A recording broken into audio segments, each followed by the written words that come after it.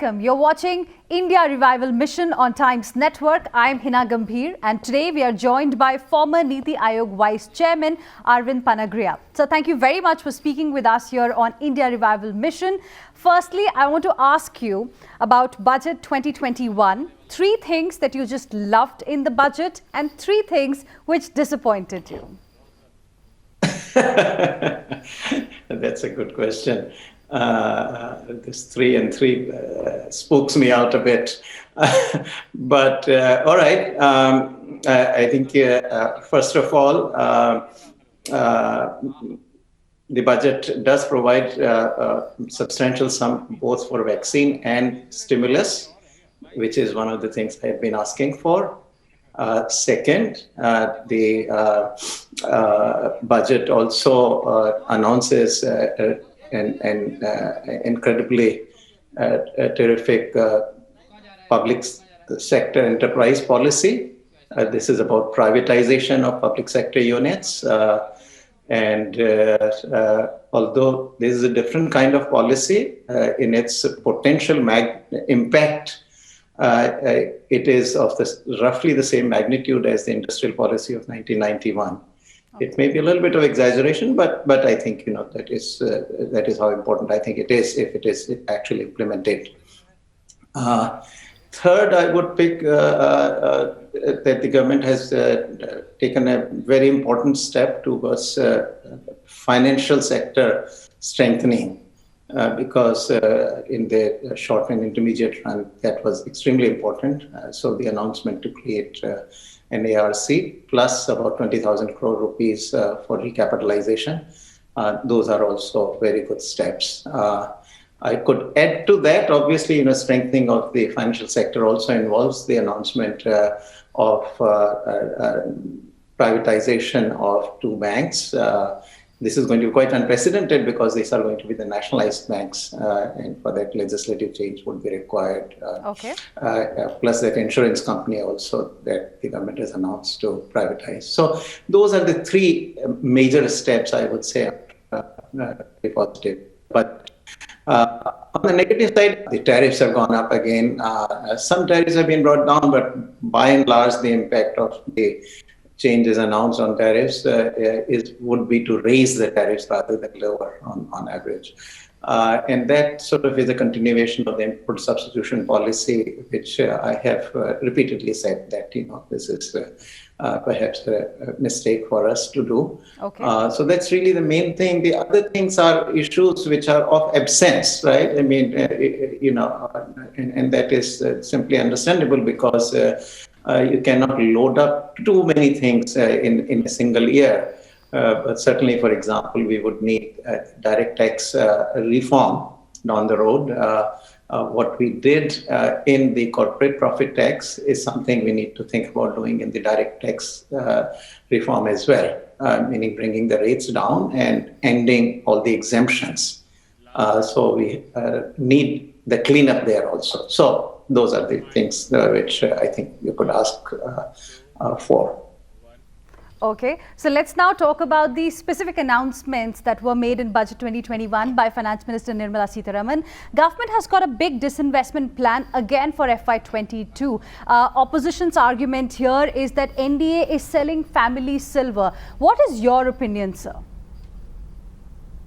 Yeah, no, I think this is a perennial argument that continues to be made, and it's completely misguided, sometimes bordering on shenanigans.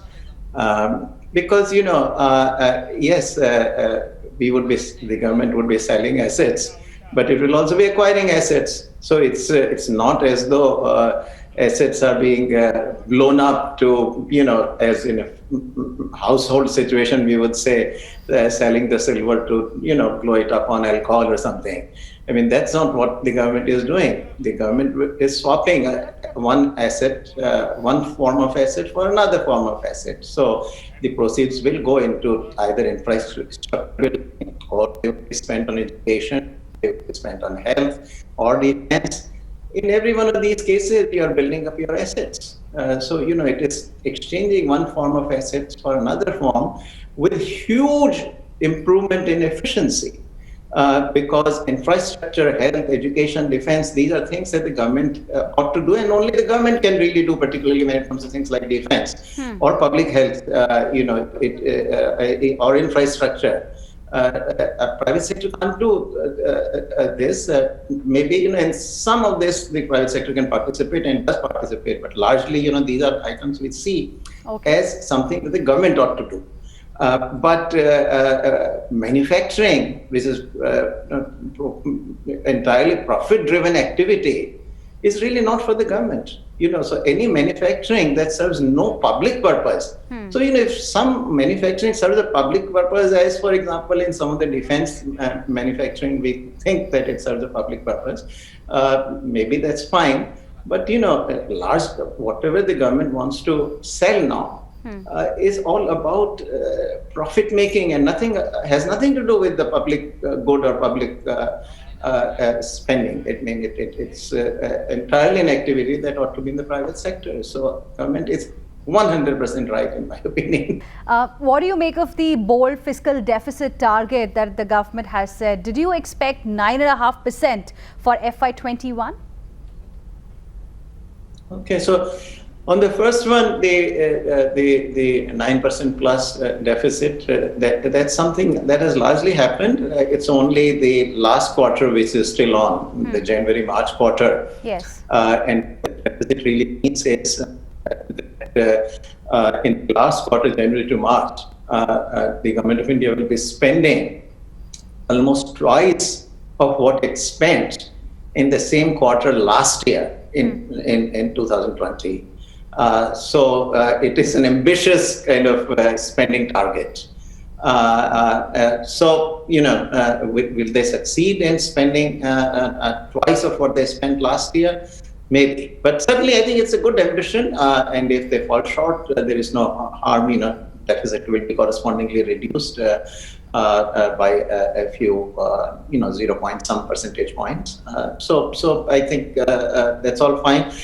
We do need the stimulus at this stage, and therefore, in terms of do I endorse what the government has decided to spend in this particular quarter? Yes, I think it's a good idea.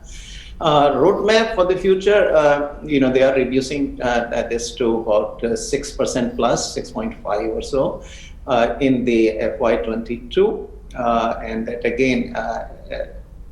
again, contains some bit of a stimulus. There is no doubt. This was not the original plan, and that stimulus is needed. What I would suggest also is, try to front load some of the expenditures. Rather than wait till third and fourth quarter, bring some of these expenditures to the first quarter of the fiscal year, and that will give them also some opportunity to reassess, how much stimulus is needed, and for sure they can choose to fall short of the fiscal deficit target. If they end up with 5% or 5.5%, that's a good thing, not a bad thing. Okay. Now, health and infra actually took center stage this time in the budget because it came in the time of coronavirus. Do you see them, if not solving, but at least addressing the immediate issues of demand and unemployment in the country? Look, in a longer term sense, we are very far from solving all the problems. Our per capita income is still below $3,000 per year, and we need to get to a decent number like 10,000 somewhere. So, all problems we're not going to solve, but the government has to do the best it can within the revenues that it has available. And on that count, if we assess, I think the government has tried to push the envelope. 34% increase in infrastructure spending and 137% in health spending. Right. Those are pretty ambitious targets. Infrastructure we need to continue to build. I think there's a lot to be done. So all, very welcome to see the infrastructure expenditure expand. Health, we have been very underspent. Public health, even if going to hospitals, etc., we are willing to leave to the private sector plus public sector, which is what we are doing through Ayushman Bharat. with some, for the poor assistance provided, which also is being done under Ayushman Bharat.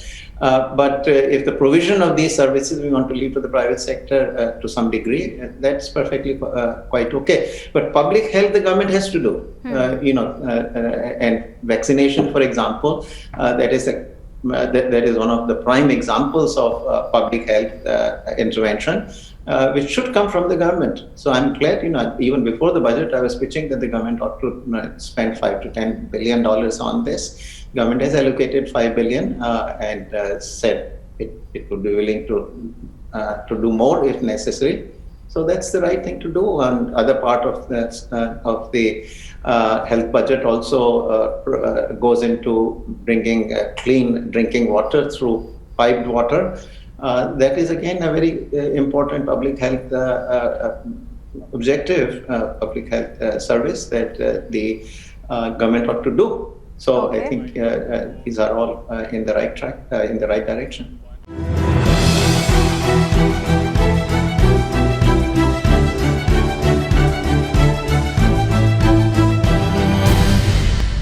How do you see, sir, the 12 lakh borrowing target for second year in a row? In FY21, this kind of a borrowing target, we can still understand was needed because of coronavirus and the kind of situation that we were all into. But why the similar kind of a target for FY22? Okay. So first of all, we do need to broaden the revenue base. And this is where, earlier when I said, for instance, the direct tax reform, not only we need to end the exemptions, rationalize the tax rates, but we also need to work a lot more towards broadening the tax base. So certainly on the tax revenues, we need to do that. Now, the borrowing for the fiscal year 22, it seems to me, there was an agreement on the side that the government ought to do a bit more in terms of spending. Okay. The government has been largely, by the way, very conservative. It has set pretty tight fiscal deficit targets in the past and actually adhered by that. So adhered to that. So this was an unusual year. And now that, I was not in favor of any kind of stimulus early on. Okay. Other than what was required to provide food and shelter to everybody. But now that people are returning to workplaces and the vaccine is being made available progressively, we would be able to bring everybody to work, and therefore some demand help can help. Private sector is still sort of has some excess capacity, and its investment demand will really begin to take off only after the excess capacity comes to full use. Okay. In the interim, I think the government has to step in, and which is exactly what the purpose of this extra deficit and extra borrowing from the market is. Okay. A number of times you've spoken about the need for direct tax reforms. Here in India, the middle class was a bit disappointed with no tax relief. Do you think something should have been done for the salaried class too?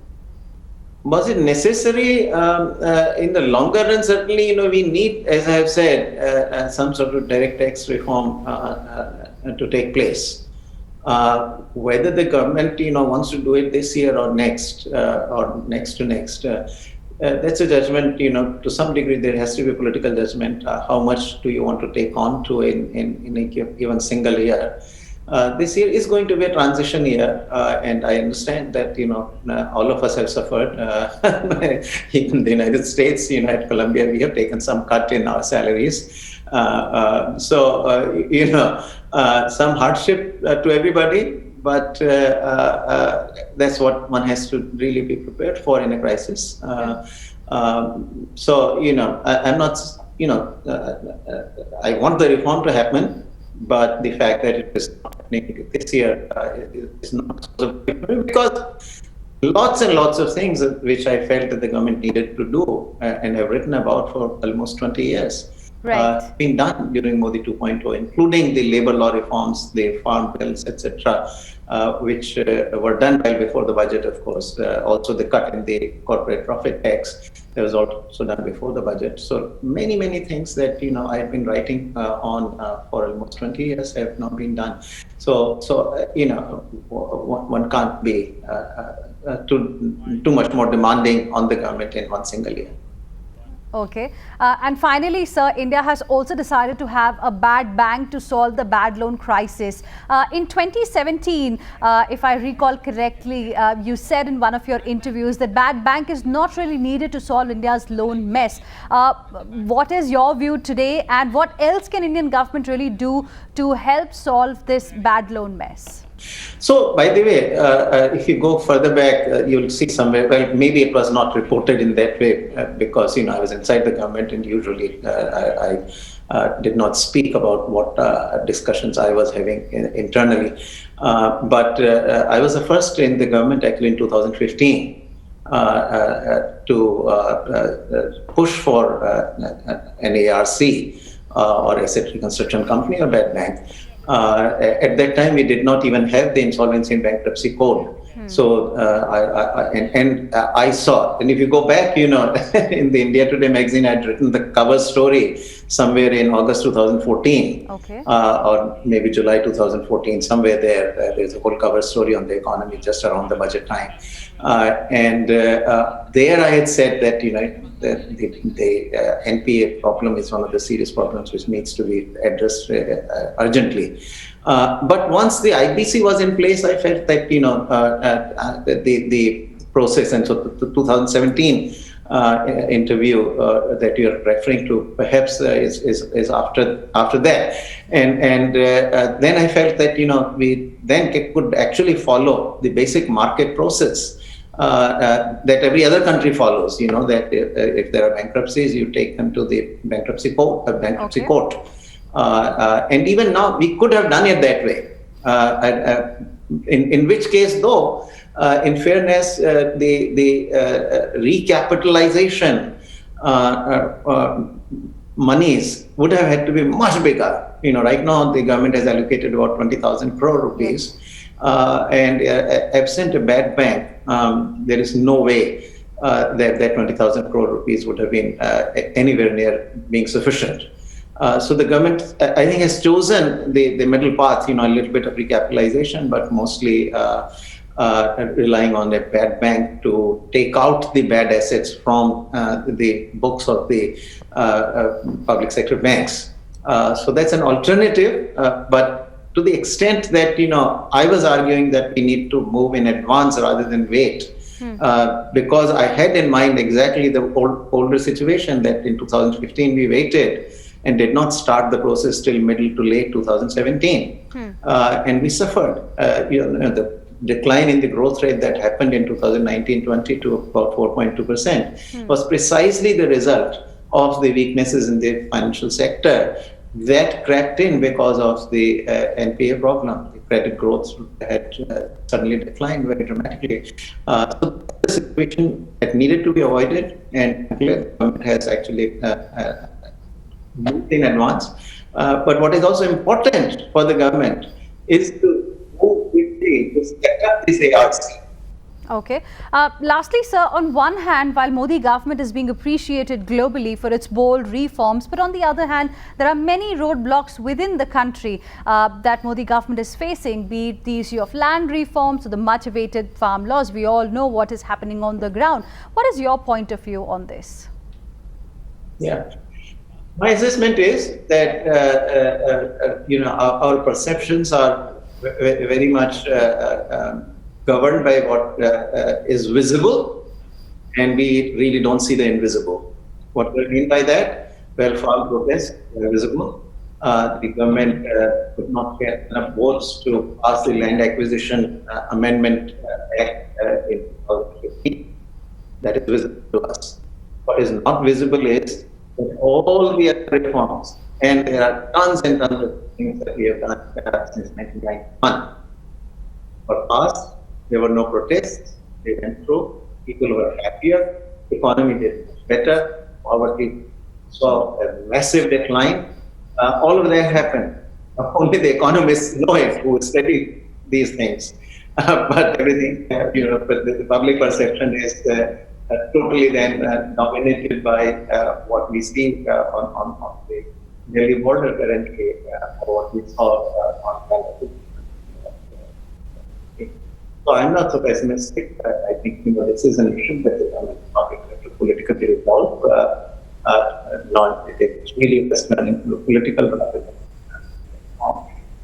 but how navigate. But I'm personally very happy that that did not dampen the spirit of the Prime Minister and his government to move forward with reforms, and they really presented an incredibly honest budget in spite of the conflicts that Okay. By the way, on that, if I may add, Yes, sir. if I may add, remember that alongside, in parallel with the farm bills, the government also passed 4 major labor codes.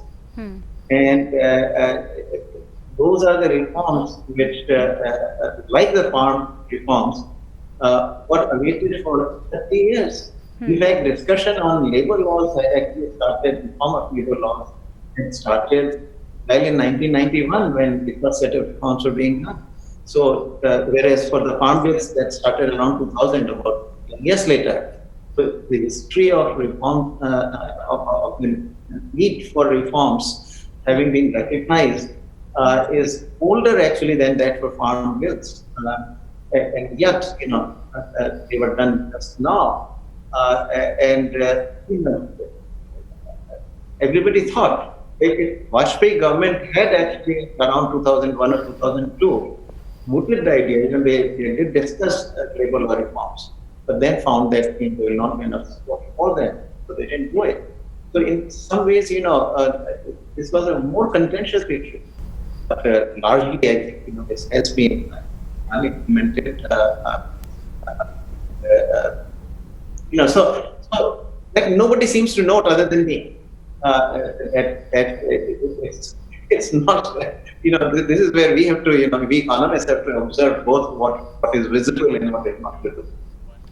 All right, Professor Panagariya, thank you very much, sir, for joining us here on India Revival Mission. It's always a pleasure to talk to you. Thank you very much, sir.